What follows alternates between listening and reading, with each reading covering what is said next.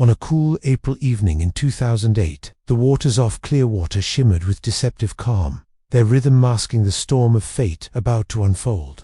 Rachel Monroe, a 20-year-old marine biology student, with a bright smile and a canvas shoulder bag that had become part of her identity, finished her shift at a small coffee shop and headed into the night. To her friends, Honeymoon Island was her sanctuary, a place where she often sought the comfort of waves and solitude, a retreat where she could breathe freely and imagine a future filled with sea turtles and conservation work. Yet that night, the sanctuary would transform into a stage for an unimaginable tragedy. The next morning, when her classmates looked at the empty chair she always filled with cheerful energy, the silence was deafening.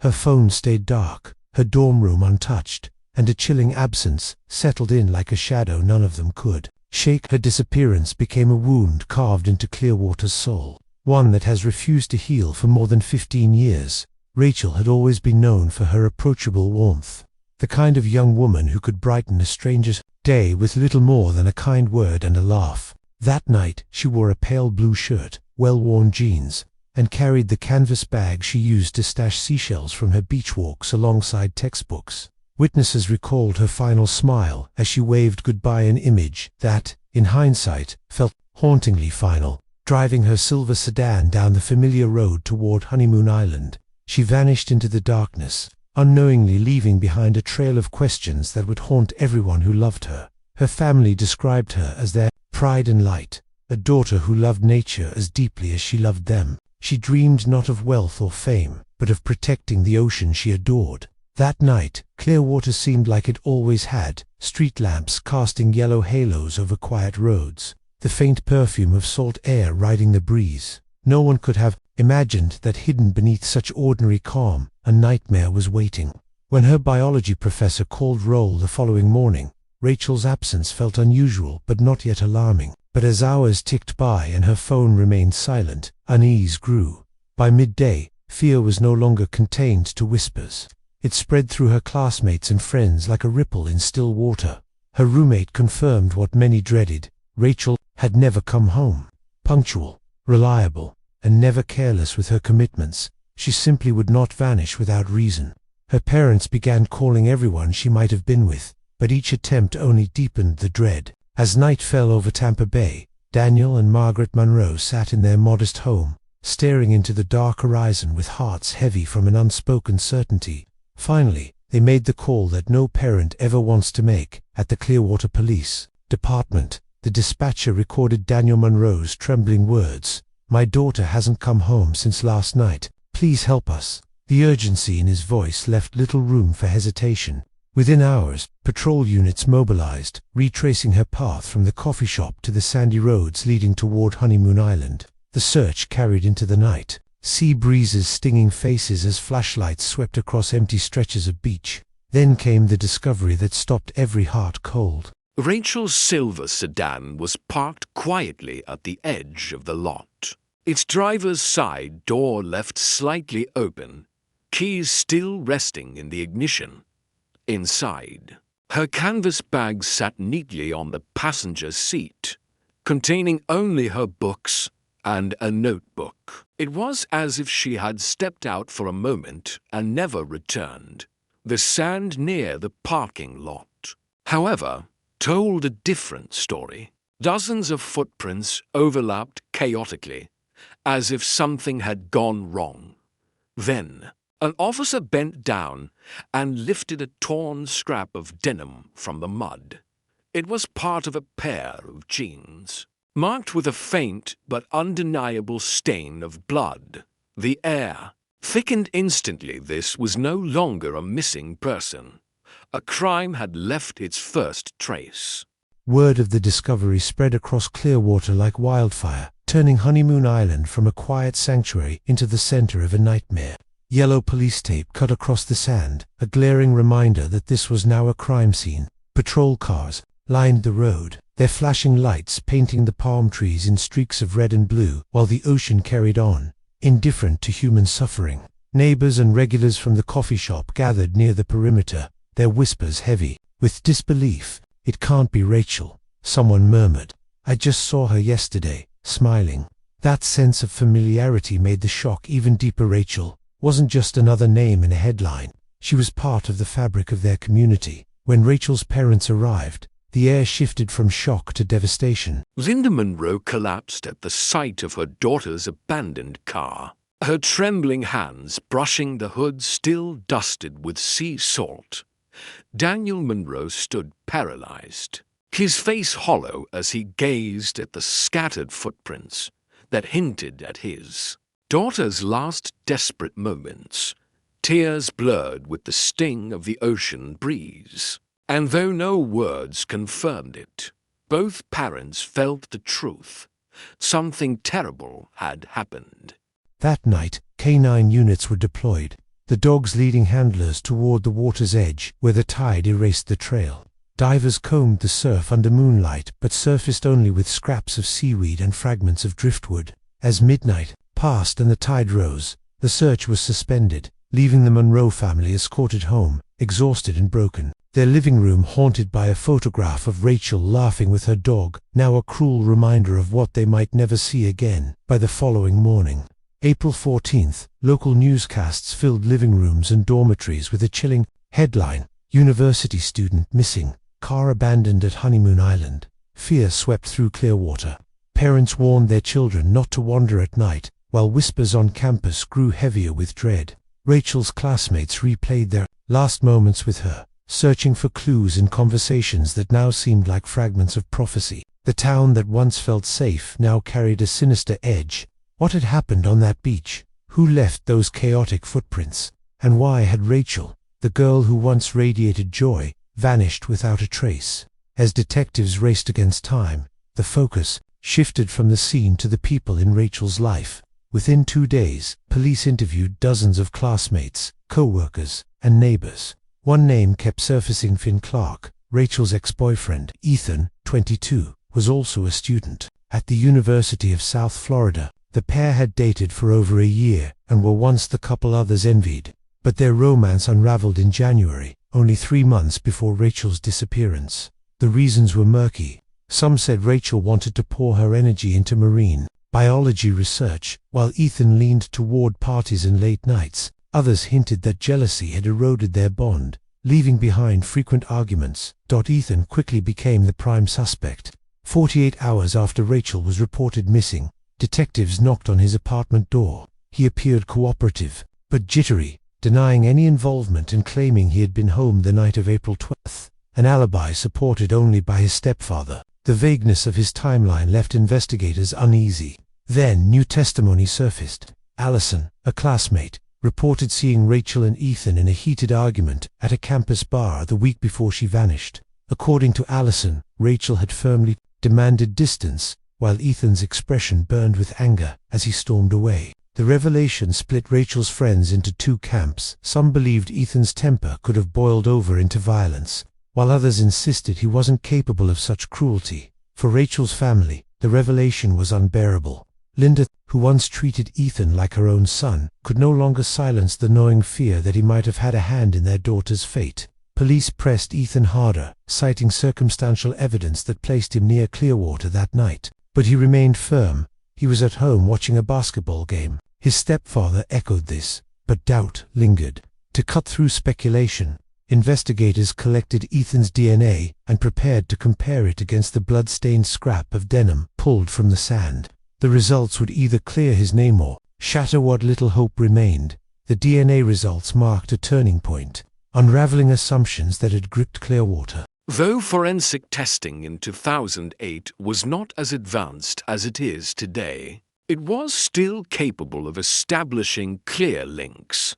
And when the results excluded Ethan Clark, the news stunned both investigators and the community. For many, the revelation was a relief, but for others, it ignited anger. Had police been too quick to brand Ethan the villain? Headlines and whispers painted him as guilty long before the science spoke. And while the test cleared him officially, the stigma clung to him like a permanent scar. Pressured by classmates, judged by professors, and hounded by strangers, Ethan withdrew from school and eventually left Clearwater. his life fractured by an investigation that refused to let him go. For the Monroes, however, the exoneration brought no peace. Their daughter was still gone, and the absence of a suspect only deepened the nightmare. "I just want my daughter back," Linda Monroe cried in a televised interview, her voice breaking. Her words silenced the town, shifting Rachel's disappearance from a family tragedy to a communal wound that demanded answers. Despite the DNA evidence, suspicion toward Ethan lingered in the shadows. He remained, in the minds of many, the jealous ex-boyfriend who had fought with Rachel only days before she vanished. The uncertainty left Clearwater divided, each theory a splinter that widened the cracks of mistrust. Meanwhile, the Monroes spiraled into despair. Linda, once vibrant, could hardly leave her bed, while Daniel carried the unbearable weight of trying to stay strong for them both, even as grief hollowed him from the inside out. A week after Rachel vanished, the community gathered on Honeymoon Island for a prayer vigil. Hundreds of candles flickered in the sand, their glow reflected on tear-streaked faces. Students, neighbors, and professors stood in silence, broken only by sobs and whispered prayers. One of Rachel's professors, his voice strained, described her as an exceptional student with dreams of safeguarding the ocean. A life's mission cruelly cut short. Linda clutched a framed photo of Rachel against her chest, trembling as if it were the last piece of her she could hold. Daniel, who had always been the steady figure in their family, finally broke, tears carving lines down his face as he stared at the black horizon of the sea. The vigil, captured by cameras and broadcast across Florida, seared itself into the public memory. Clearwater mourns Rachel Monroe, the Tampa Bay Times declared, while live television showed the family sitting on the sand, encircled by light, grief, and unanswerable questions. Pressure mounted on the police, but as officials pleaded for patience, the void of certainty was filled with rumors. Gossip twisted into accusation, and Ethan's name refused to fade. Tabloids asked whether his stepfather's alibi could be trusted, fueling late-night debates in bars and message boards. Across the city, small protests sprouted at the university, where students carried signs demanding justice for Rachel. Some called Ethan a murderer who slipped away through technicalities, while others defended him fiercely, arguing he had been sacrificed to the community's rage. In the middle of this storm, the Monroes drowned in sorrow. Their modest home became a shrine of sympathy, flowers crowding corners and casseroles filling the fridge, but the gifts could not touch the pain. Rachel's bedroom remained frozen in time, a book left open on her desk, sneakers neatly by the door, and her bed still waiting for her to return. Linda often sat for hours on that bed, clutching Rachel's last worn sweater, inhaling the faint scent of her daughter until it suffocated her with grief. Daniel, pacing helplessly, could only watch as the life they once knew unraveled thread by thread. The unanswered question, if not Ethan, then who, was the silence that echoed louder than any rumor, a silence no one in Clearwater could escape. Press conferences became routine, with Clearwater police insisting they were leaving no stone unturned. But the assurances rang hollow to a public desperate for answers. Each new photograph, rumor, or whispered theory tightened the grip of Rachel Monroe's disappearance on the town. Clearwater, once celebrated as a haven of sunlit beaches and tranquil surf, was now a place of fear. Parents who once let their children roam free now pulled them closer, and neighbors locked their doors earlier than ever before. One woman, interviewed on television, voiced what many felt: if this could happen to Rachel, it could happen to anyone. Her words captured the town's fragile reality. This was no longer just a mystery, it was the theft of safety itself. As the candles from the vigil melted into the sand, the initial fervor gave way to silence. Investigators scoured every surveillance camera, questioned dozens of witnesses, and traced leads from the coffee shop to the shoreline, but each trail dissolved into nothing. The scrap of denim with blood was sent to CODIS, the national DNA database, but in 2008 the technology simply wasn't strong enough to generate a match. Summer bled into fall, and with it, hope thinned. What began as front-page headlines slipped quietly into back columns. Those who once gathered with candles gradually returned to their daily routines. Only Daniel and Linda remained trapped in time, unable to move past the night that stole their daughter. Daniel's regular calls to the police station became a ritual of heartbreak. Each response the same: "We're still investigating, but there's nothing new." Each hang-up felt like letting go of another thread of hope. By October, after more than 6 months of exhaustive but fruitless searching, the words the Monroes dreaded most were written into Rachel's file. Cold case. For the family, it was a sentence, an admission that justice had frozen, and their daughter might never come home.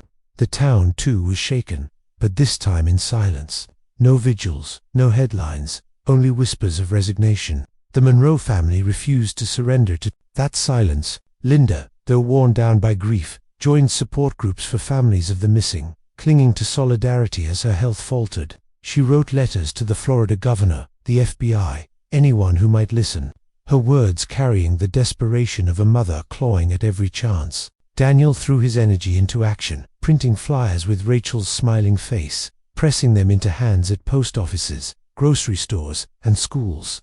"Remember this face," he would say. "It cannot be allowed to disappear."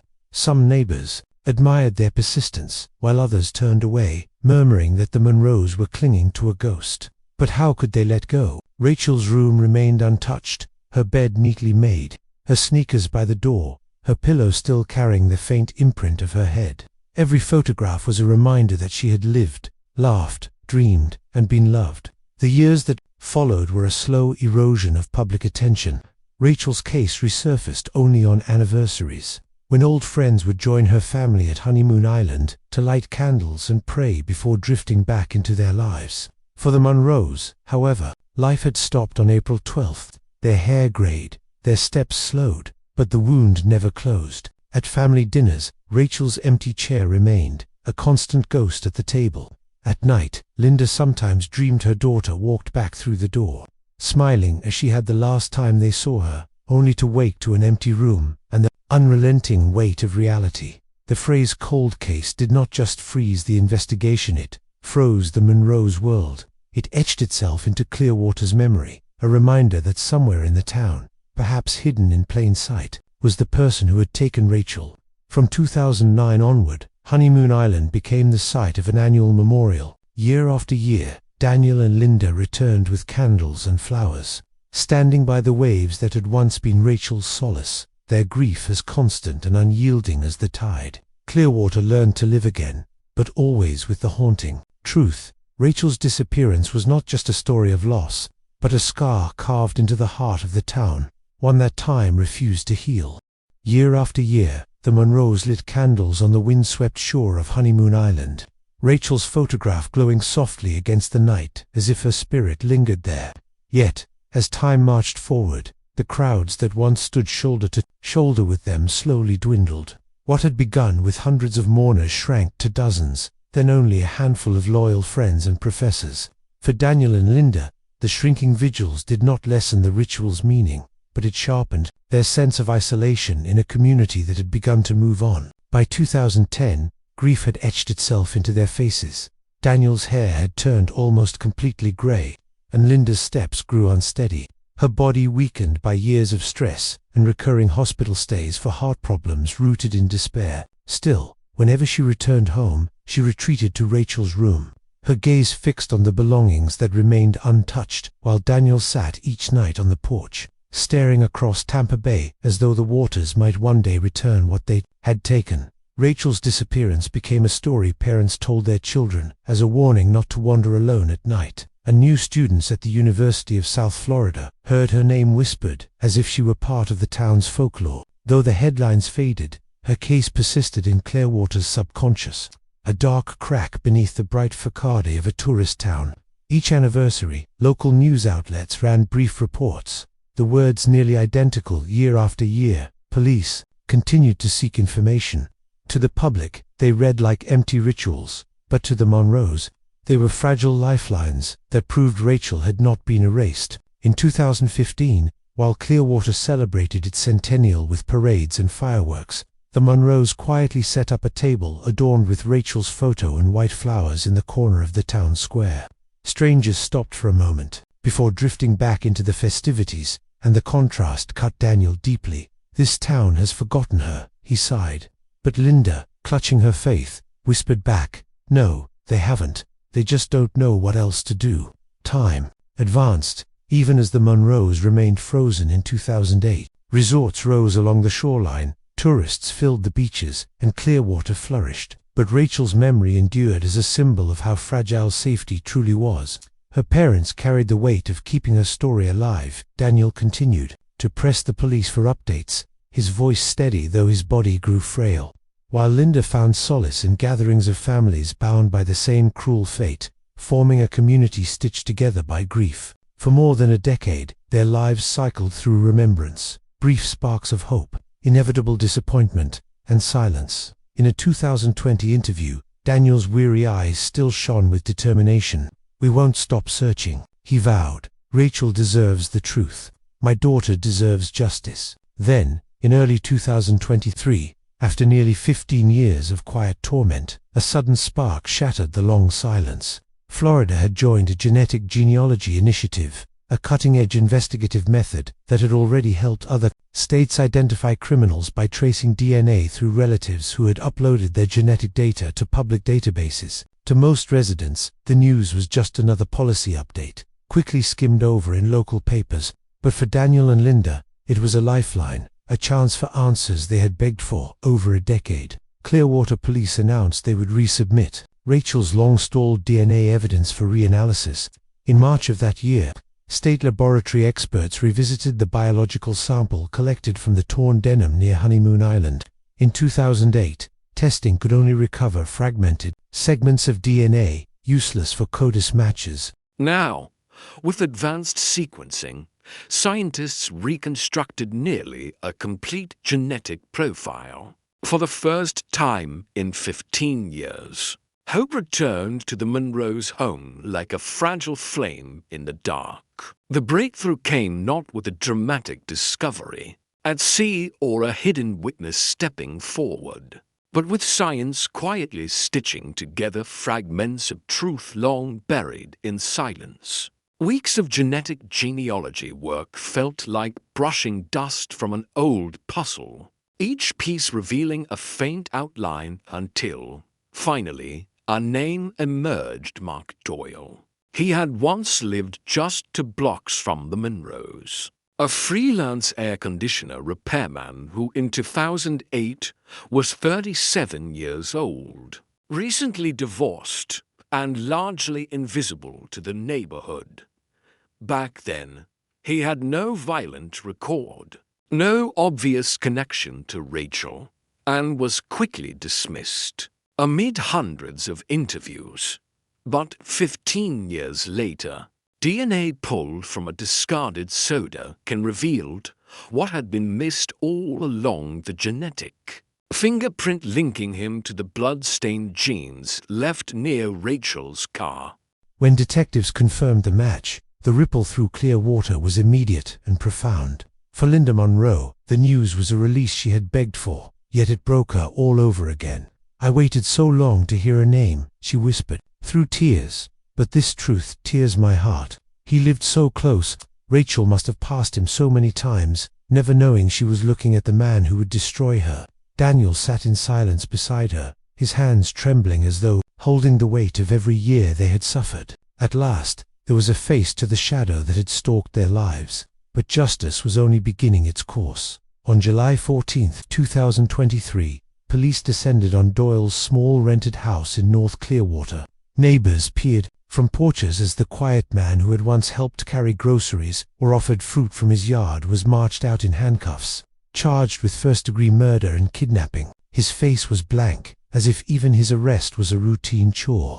The images of his capture spread instantly across local news and social media, rekindling a fire of outrage and disbelief. How could it have taken 15 years for his name to surface? Why had investigators overlooked him back then? Some accused the police of failing the Monroes, insisting advanced testing should have been pursued earlier, sparing the family years of agony. For Clearwater, the arrest was both a relief and a reckoning. Conversations in diners, classrooms, and church pews buzzed with shock. Some remembered Doyle as polite and unassuming, the neighbor who fixed air conditioners in the Florida heat or offered to change a light bulb without being asked. Others admitted they'd always felt something unsettling about his solitary walks to the beach at night. But no one, not even the most suspicious, could have imagined he was tied to the town's most haunting mystery. As Doyle was escorted to his cell, the atmosphere in Clearwater shifted.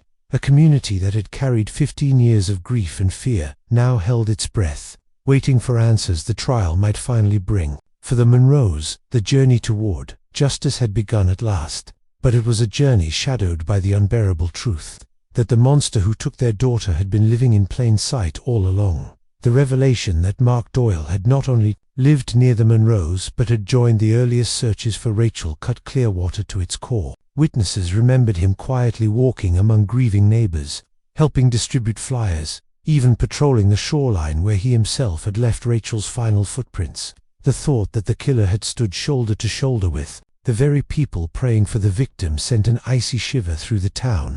A retired officer reflected bitterly. He was there with us, watching, hearing our prayers, knowing exactly what he'd done. For Linda Monroe, the news reopened, her wound with unbearable cruelty. She collapsed when she recalled that Mark had once pressed a water bottle into her hand at a vigil, and she had whispered "God bless you" to the man who had already killed her daughter.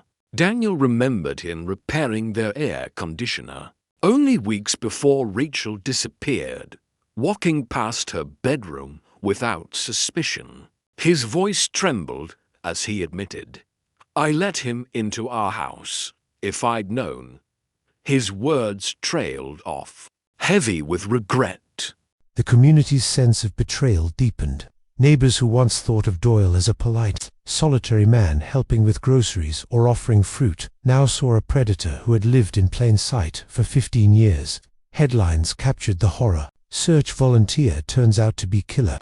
Clearwater in shock. TV stations replayed old footage from 2008, showing Doyle among candlelit mourners, his expression unreadable as he blended into the crowd. Across Florida, viewers felt the chill of watching a predator hiding behind empathy. Ethan Clark, Rachel's former boyfriend and once the prime suspect, gave a rare interview, his voice heavy with both relief and bitterness. "I lived under suspicion for 15 years, he said. "People thought I was guilty. Now the truth is out, and it's more horrific than anyone imagined." Clearwater erupted in protest. Residents gathered outside the police station with signs demanding justice, tears streaming as they remembered years of fear, suspicion, and grief. Linda stood before reporters, her words raw and trembling. "I didn't just lose my daughter. I was deceived by the man who stood with us, heard our prayers, and looked me in the eye without blinking. This isn't just a crime, it's cruelty beyond imagination." Her anguish captured the town's outrage. Clearwater would never be the same, forever marked by the realization that a killer had lived among them, unmasked only by the persistence of time and science. In a stark interrogation room, under the hum of fluorescent lights, Doyle finally broke his silence. At first he sat rigid, arms crossed, eyes down, his breathing sharp as if trying to hold a wall against the world. But hours of pressure wore him down, and when he spoke, it was in a chillingly flat tone. He described the night of April 12, 2008, as though replaying a routine. After drinking beers in his garage, he drove toward Honeymoon Island and spotted Rachel stepping from her car, her canvas bag slung over her shoulder. He said he called out casually, asking if she wanted to walk with him. Rachel shook her head and quickened her pace, seeking the comfort of the waves. Her rejection sparked a surge of rage. Doyle admitted he lunged at her, grabbed her arm, and when she resisted and screamed, he struck her in the face. She fell to the sand, crying, her voice piercing the quiet night.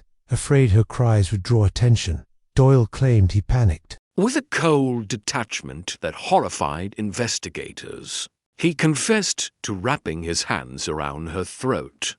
"I didn't mean to kill her right then," he said, "but when she stopped breathing, I knew it had gone too far." The room fell silent as his words echoed, a final theft of life told without remorse. Pressed for details, Doyle described the grim aftermath, the choices he made to cover his crime, the steps he took to erase Rachel's presence from the beach. For the first time in 15 years, the nightmare had a voice, and it was far darker than anyone in Clearwater had imagined. Mark Doyle's confession stripped away the last fragile illusions that Rachel's fate had been anything but cruel. In chilling detail, He admitted dragging her limp body into the brush that night, panic rising as blood stained her torn jeans. Desperate to erase his trail, he tossed the clothing into the marshy mud, unaware that the very act would one day betray him. The scattered shoe prints, the drag marks, the abandoned car with keys left in the ignition, all of it aligned perfectly with what police had documented back in 2008. It was as if Doyle was reciting the case file, confirming beyond doubt that Rachel had died not in some elaborate plot, but because she said a single word, no. For the Monroes, the truth was unbearable. Linda collapsed upon hearing it, sobbing that her daughter had lost her life over a refusal. Daniel sat silent, fists clenched, his face ashen with fury that 15 years of waiting had ended with such a senseless revelation. Clearwater reeled at the confession. Residents were horrified not only by the brutality, but by the simplicity of Rachel's death. A university student voiced what many feared. The scariest part is it could happen to anyone. Just a normal moment, a harmless refusal, and a life is gone. Media outlets labeled it a crime born of arrogance and rage, while psychologists explained how fragile egos can combust under rejection. Yet no explanation could dull the community's pain. Rachel Monroe had died, not because of a sinister conspiracy, but at the hands of a man they trusted, on a peaceful night, for nothing more than shaking her head. Evidence released after the confession tightened the case like a vice. The mud on Rachel's jeans matched samples from the marsh near Honeymoon Island. The footprints corresponded exactly to Doyle's shoe size at the time. His DNA, confirmed once again, was woven into the fabric of the torn denim. Together, it formed an airtight picture, eliminating any lingering doubt. Candlelight memorials resumed, but this time grief was fueled by anger. Crowds gathered in the hundreds, chanting for justice as flames flickered against faces streaked with both sorrow and rage. At the center sat Daniel and Linda, their expressions carved by years of suffering, now hardened with the resolve that justice must finally be delivered. What shocked the public even more was Doyle's indifference. When asked by investigators if he had a message for the Monroes, he shrugged and muttered, "I don't know what to say. It happened a long time ago." His callous detachment ignited fury across Clearwater, proof of a soul void of remorse. Residents no longer saw him merely as a neighbor-turned-killer, but as a monster who had watched their grief for 15 years without flinching. The outrage did not stop at Doyle. Attention turned sharply to the Clearwater police of 2008. Why had a man living just 2 blocks from Rachel, with odd solitary habits, not been scrutinized more closely? Why had DNA samples not been preserved in ways that might allow for earlier breakthroughs? A teacher of Rachel's voiced the frustration of many. If they'd been more persistent, if they'd looked past the obvious suspects, Rachel might have had justice years ago. Florida's major newspapers seized on the anger, and soon national outlets followed. Headlines blazed across screens and front pages. Justice delayed 15 years. Clearwater Police's mistake, from friendly neighbor to killer. Experts, former detectives, and grieving neighbors were interviewed endlessly as the nation turned its eyes to a small Florida town that had carried its wound in silence for too long. The weight of 15 years of anguish, outrage, and unanswered questions all converged in the spring of 2024 inside the Pinellas County Courthouse. Clearwater, once known for its serene beaches, was now etched into the national consciousness as the site of a tragedy that demanded justice. Public fury had already forced police officials to confront their past missteps at a press conference, where the chief admitted that while investigators in 2008 had worked with the tools available, shortcomings had undeniably allowed Mark Doyle to slip through the cracks. The admission, however, could not erase the fact that a murderer had lived freely among his neighbors while the Monroe family languished in silence. Protesters outside the courthouse carried Rachel's photo alongside signs reading "Justice for Rachel, never again," their chants echoing the broader demand for systemic change. Even students from the University of South Florida, Rachel's alma mater, organized forums on the need for modern DNA technology in cold case work. Against this backdrop of fury and grief, Daniel and Linda Monroe sat together in the front row of the courtroom, frail yet unyielding, the embodiment of parental love that had weathered nearly 2 decades of torment. The prosecution began with unshakable precision. They presented the genetic genealogy evidence that had cracked the case. The DNA from Doyle's discarded soda can matched to the sample preserved from Rachel's torn jeans. They laid out crime scene photographs from 2008, muddy, blood-stained denim, the overlapping footprints, the silver sedan, abandoned with its keys still in the ignition. Then came the most damning blow, Doyle's own words. The jury listened in silence as his flat, cold voice played over the speakers. "I just wanted to talk. She said no. I lost control and then I strangled her." The courtroom seemed to hold its breath, the Monroes crumbling against one another as they relived their daughter's final moments. The prosecution strengthened their case with testimony that deepened the horror. A volunteer from the original search group recounted seeing Doyle in 2008, flashlight in hand, walking just feet away from Rachel's grieving parents. "I'll never forget that look," she said, her voice trembling. "Now it feels so cold." The testimony was a knife in the Monroes' hearts, Linda sobbing as her head dropped onto Daniel's shoulder, the betrayal cutting as sharply as the loss itself. Meanwhile, Doyle's defense faltered. His attorney argued half-heartedly that the confession might have been coerced, and without a body, the cause of death could not be proven with absolute certainty. But the prosecution quickly dismantled these claims, pointing out that Doyle's confession included crime scene details that had never been released to the public. Details only the killer could have known. No one but the man who stood on that beach that night would know the jeans were discarded in the mud, or that the keys remained in the ignition, the prosecutor declared. All eyes turned to Doyle, who sat rigid in his chair, his face devoid of emotion, refusing to meet the gaze of the family he had shattered.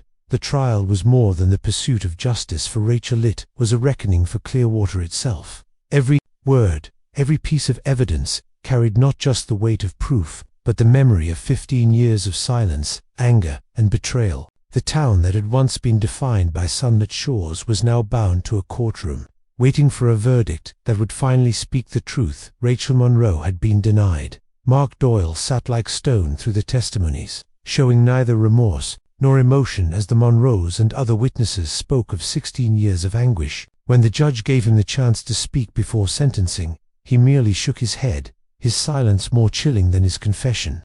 It revealed not guilt, not sorrow, but an indifference so stark it terrified everyone who witnessed it. On sentencing day, the courtroom was packed to capacity, with many forced to stand in the hallways. The air was suffocating with anticipation and grief as the judge read the verdict. The court finds the defendant, Mark Doyle, guilty of first-degree murder. With overwhelming evidence from DNA, his own confession, and witness testimony, his actions were barbaric, senseless, and left an unhealable wound on the victims, family, and on this community. After a pause, the judge declared the sentence, life imprisonment without the possibility of parole. The words unleashed a wave of sobs and quiet cries. Daniel gripped Linda's hand tightly, his tears flowing freely, while Linda's shoulders shook with grief and relief intertwined. The first flicker of release after so many years in darkness. The community embraced one another outside the courthouse, not in celebration, but in bitter peace. Headlines blared, Mark Doyle sentenced to life. Justice delayed. Clearwater breathes. Though the verdict could never bring Rachel back, it sparked a transformation. In the fall of 2024, the University of South Florida unveiled the Rachel Monroe Scholarship for marine biology students, honoring the dream she never had the chance to fulfill. As the plaque was revealed in the university's main hall, Linda wept into her hands, while Daniel touched the engraved letters of his daughter's name, whispering, "Her dream will live on in others." Over the years, the scholarship supported dozens of students passionate about marine conservation, carrying forward the legacy Rachel had envisioned. At the same time, her case became a landmark in forensic history. Law enforcement seminars across Florida used it as a case study, teaching how a fragment of DNA once considered useless could, put time and technology, solve the unsolvable. A 2025 report by the Florida Department of Justice acknowledged, the Rachel Monroe case proves that no DNA sample should ever be dismissed, and no case truly abandoned. Dozens of cold cases were reopened, some finally, leading to long overdue arrests. Clearwater itself began to heal, transforming the memory of fear into one of resilience. In the town square, a memorial wall was erected bearing the words, "Justice may come late, but it never fades." Each April, residents laid flowers and candles there, a ritual that turned the site from one of anger into a beacon of faith. At the 16th memorial, Daniel and Linda stood quietly among friends, their grief still raw but tempered with a sense of purpose. "We lost our daughter," Daniel said in an interview, "but at least we no longer live in uncertainty. The truth is out, and Rachel can rest." Linda, holding his hand, added softly, "She left a legacy and will live to keep that flame alive." Yet as candles flickered, whispers reminded everyone that Florida still held hundreds of other cold cases, each with families waiting in the dark. "We found the truth for Rachel," an old friend said, "but how many other Rachels are still out there?" Rachel's story transcended her own tragedy, becoming both a warning and a rallying cry. It showed that justice, though sometimes agonizingly slow, can still be achieved when persistence meets innovation.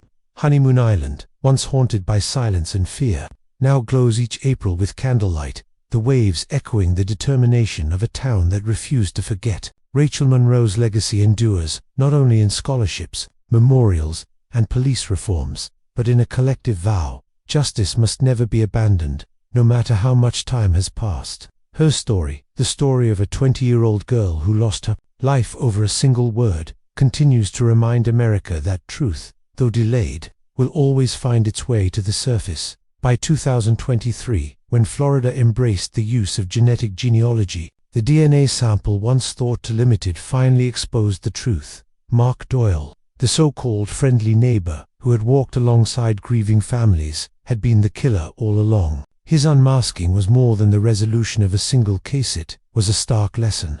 Evidence dismissed as useless today may be the very key to justice tomorrow, if only it is preserved and re-examined with advancing technology. For law enforcement, Rachel's case became a permanent reminder of the duty to revisit old files, to adapt with innovation, and to prevent cold cases from slipping into collective forgetting. For communities, the story carried another message that vigilance is essential even in the most familiar places. Rachel had simply said no, exercising her right to refuse, and it cost her life. Her tragedy underscored the urgent need to foster respect for personal boundaries, to address unchecked rage, and to teach the value of autonomy. It revealed, too, that appearances of familiarity, neighbors, acquaintances, even helping hands do not always equate to safety. Yet from this pain, hope also rose. The Rachel Monroe Scholarship in Marine Biology at the University of South Florida now carries forward her dream, ensuring that with each student supported, her passion for protecting the ocean endures. Her case, echoed across a nation burdened with hundreds of unsolved disappearances, stands as a beacon urging persistence, innovation, and compassion. We must continue to fight, so no family is left in darkness for so long again. If Rachel's story moved you, and you believe her long-delayed justice deserves to be heard by more, subscribe and join us as we continue to shine light on cold cases hidden in the shadows, because every name, every story, deserves its day of truth.